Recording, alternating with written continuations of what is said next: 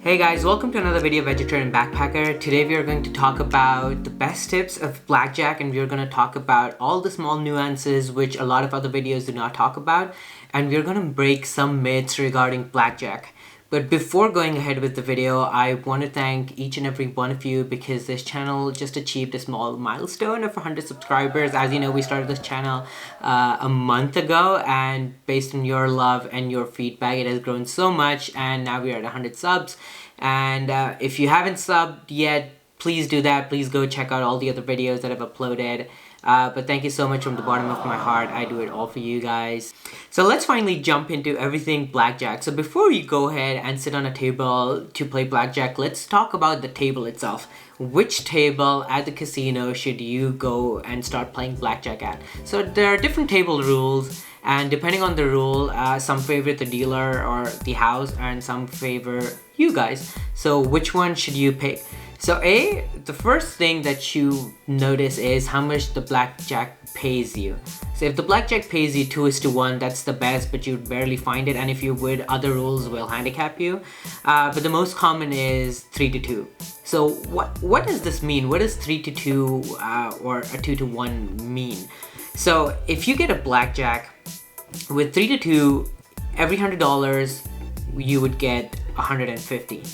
So that's the bare minimum you should be looking out for. So tables that say blackjack pays 6-5, never ever sit on that table. No matter what happens, no matter how much money you have, never sit on the tables that say blackjack pays you 6-5. So blackjack paying you 6-5 pays you only $120 for betting $100 whenever you get a blackjack.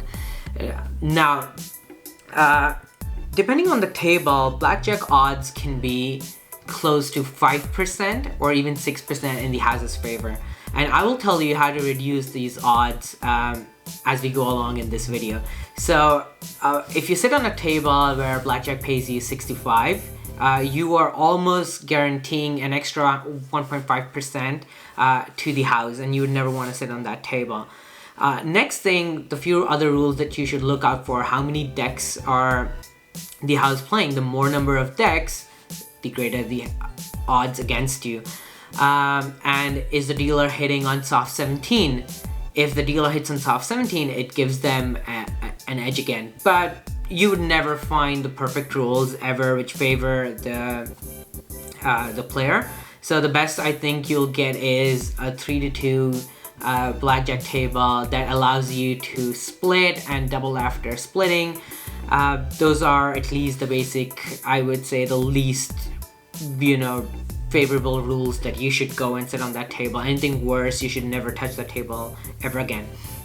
So now that you've identified which table to sit on, let's talk about odds again. So what does a 5% odd mean to a player? Because in our understanding, if we bet, say, $100, we either win or we lose $100, right? So what does the 5% or 2% or 1.5% that I'm talking about exactly mean?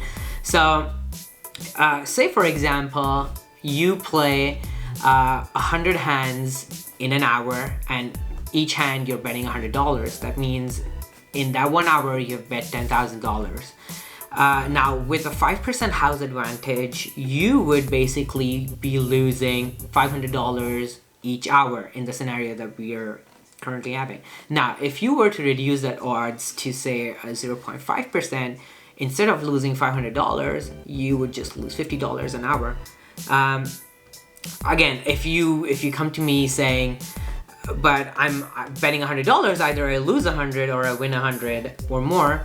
But this is statistics, right? So this is based on how many hands you play. So imagine you play 10,000 hands. Imagine you play 1,000,000 hands.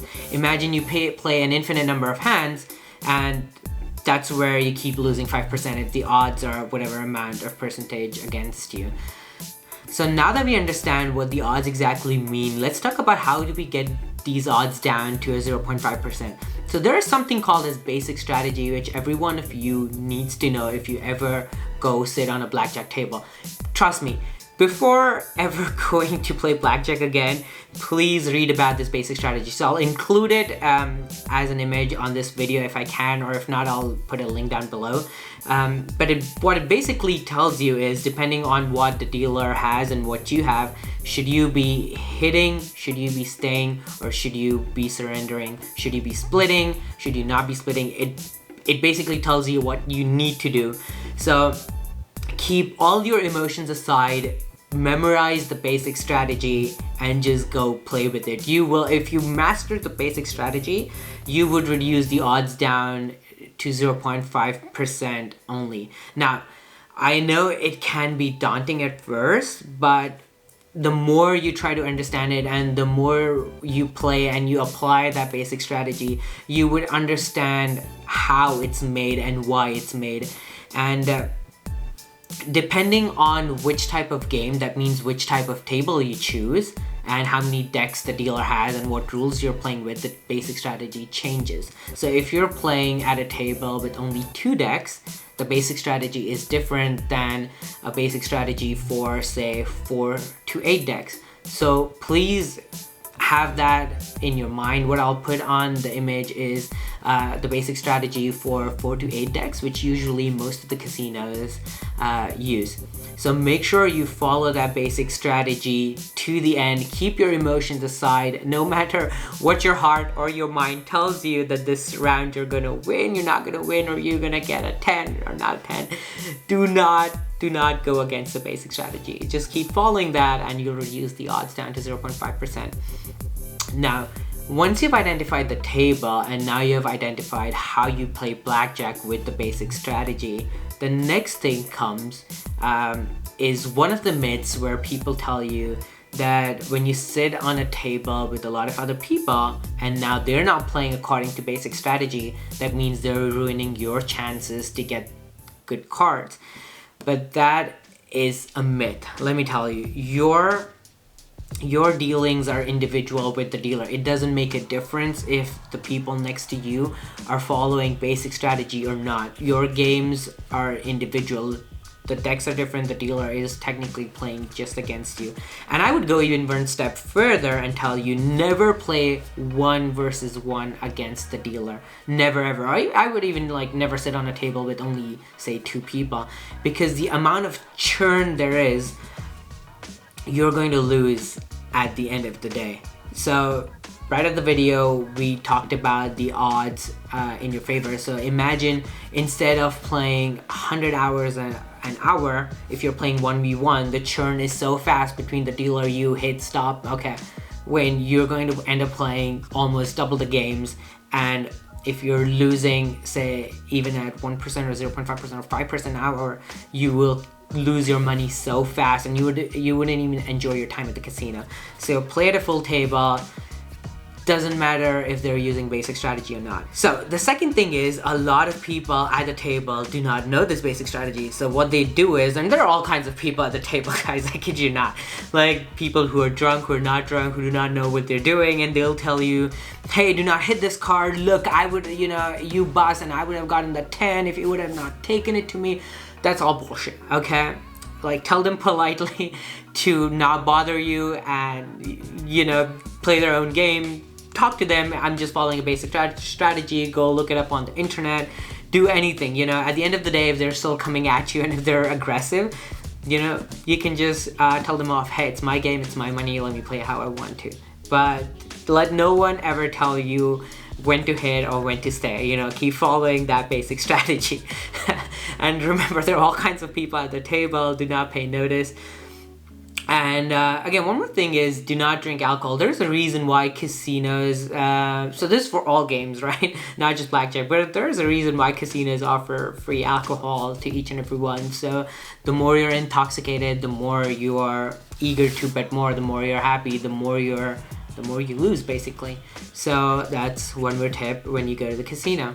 The next really important thing is bankroll management. So have a limit to what you're going to play with. Have a betting limit. Do not exceed that. Do not go lower than that. And make sure you keep some parts of your winnings aside. If you think a lot of people have a set limit in their mind, say you're starting with $1,000 at the table, if a lot of people hit 1,500, they just get up and leave. So have a ceiling in your mind that if you reach, you get up and go. Or the other way of doing this is when you think that you've reached a certain amount, say from 1,000 you've reached 1,200, keep the 200 aside, keep playing with 1,000. That's another way of doing it. But bankroll management is really important before you go and, you know, lose all your winnings in just a few games. So now you know which tables to sit on, and now you know what the odds mean. Now you know what basic strategy is and how you're supposed to go ahead and play blackjack. The next step would be counting cards and the high-low strategy, but that's an advanced level strategy and we're not going to talk about in this video. This video is just for common folks like you and me who go to the tables just to have fun. So let's stick with that, but with basic strategy, trust me, you would reduce your odds to close to 0.5% and you'll have a much better chance of winning. And that's it. That's everything that you need to know about blackjack.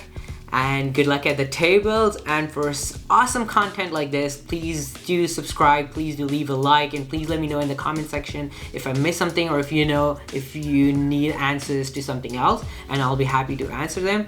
But thank you so much for watching and have a nice day.